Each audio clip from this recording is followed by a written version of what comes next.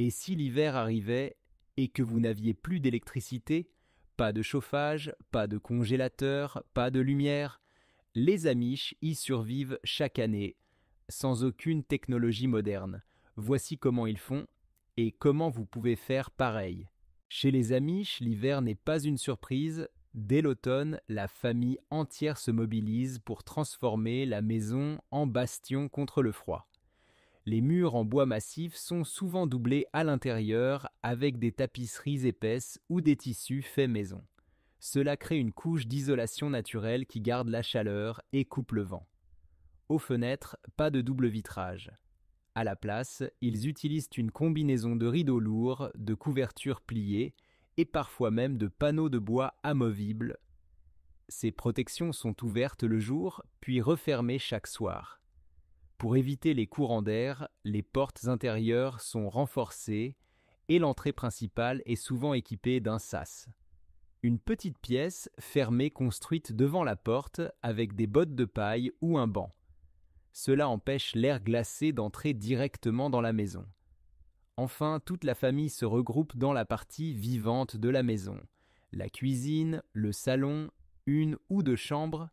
Les autres pièces sont fermées à clé et laissées froides tout l'hiver. Le but est simple, chauffer moins d'espace et garder la chaleur là où on en a besoin. Pas de radiateur, pas de convecteur et surtout, pas de courant. Pourtant, les maisons Amish restent chaudes en plein hiver. La clé, c'est le poêle à bois. Chaque maison en possède un, parfois deux. Ces poêles massifs, souvent en fonte, sont placés au centre de la maison.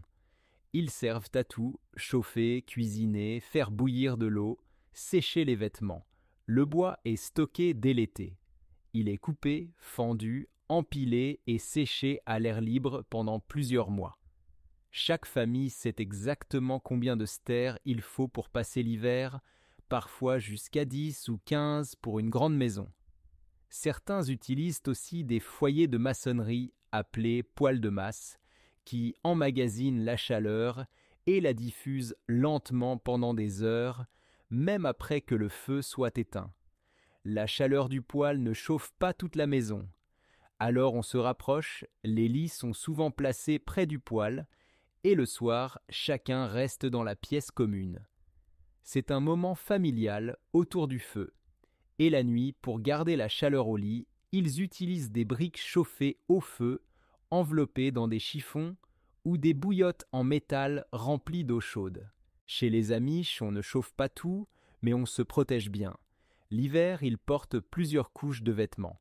Des sous-vêtements longs, une chemise en coton, un gilet en laine épaisse et par-dessus, une veste ou un manteau cousu à la main. Les femmes portent aussi des robes doublées et des châles faits maison. Les vêtements sont fabriqués avec des tissus naturels, laine, flanelle, coton lourd, pas de polyester ni de matière synthétique, parce que ce qui est simple respire mieux et garde la chaleur plus longtemps. Les enfants apprennent très tôt à s'habiller selon la règle des couches. Pas besoin de chauffage si chaque partie du corps est protégée, pieds, mains, tête. Les bonnets tricotés, les chaussettes épaisses, les gants sans doigts, tout est pensé pour bouger, travailler et rester au chaud. Même dans la maison, on garde ses chaussettes, sa veste ou un bonnet.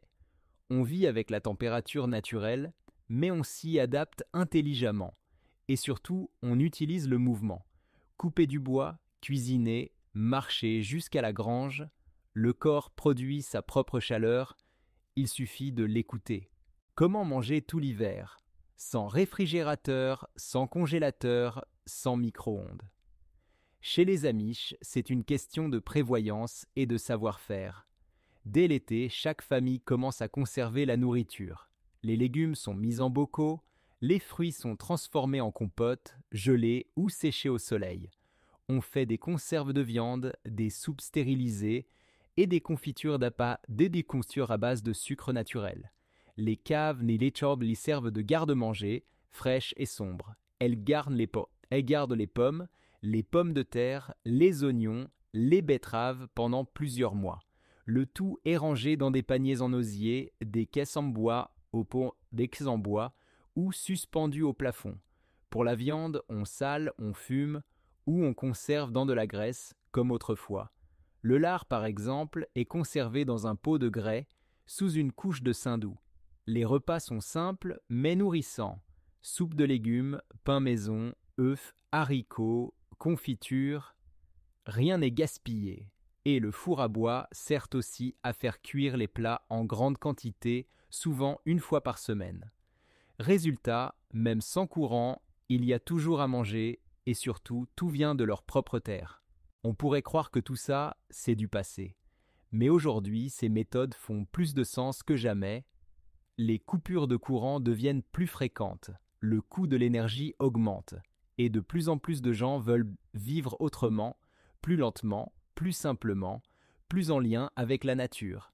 Les techniques des Amish ne sont pas que des traditions, ce sont des solutions. Utiliser un poêle à bois, stocker ses aliments sans frigo, chauffer une seule pièce, c'est non seulement possible, c'est souvent plus économique et plus durable. Même en ville, on peut s'en inspirer, installer un filtre à eau non électrique, créer une réserve alimentaire maison, apprendre à cuisiner sans électricité, et pour ceux qui ont une maison de campagne ou une tiny house, c'est une base essentielle de survie et d'autonomie. Les Amish nous rappellent une chose précieuse. Ce n'est pas la technologie qui nous sauve, c'est la connaissance, la prévoyance et le bon sens. Dans un monde qui dépend toujours plus de la technologie, les Amish nous rappellent une vérité simple. On peut vivre autrement, plus lentement, plus prudemment et surtout plus librement. Leur façon de préparer l'hiver n'est pas seulement rustique, elle est résiliente. Et chacun de nous peut en tirer quelque chose, même sans quitter la ville. Commencez petit. Un filtre à eau sans électricité, une réserve de bois, des conserves maison. C'est déjà un pas vers l'autonomie, et si un jour le courant s'arrête, vous serez prêt. Abonnez-vous pour découvrir d'autres secrets de vie simples et autonomes. Laissez un commentaire. Quelle méthode Amish aimeriez-vous adopter chez vous? Et surtout partagez cette vidéo pour que ce savoir ne se perde jamais.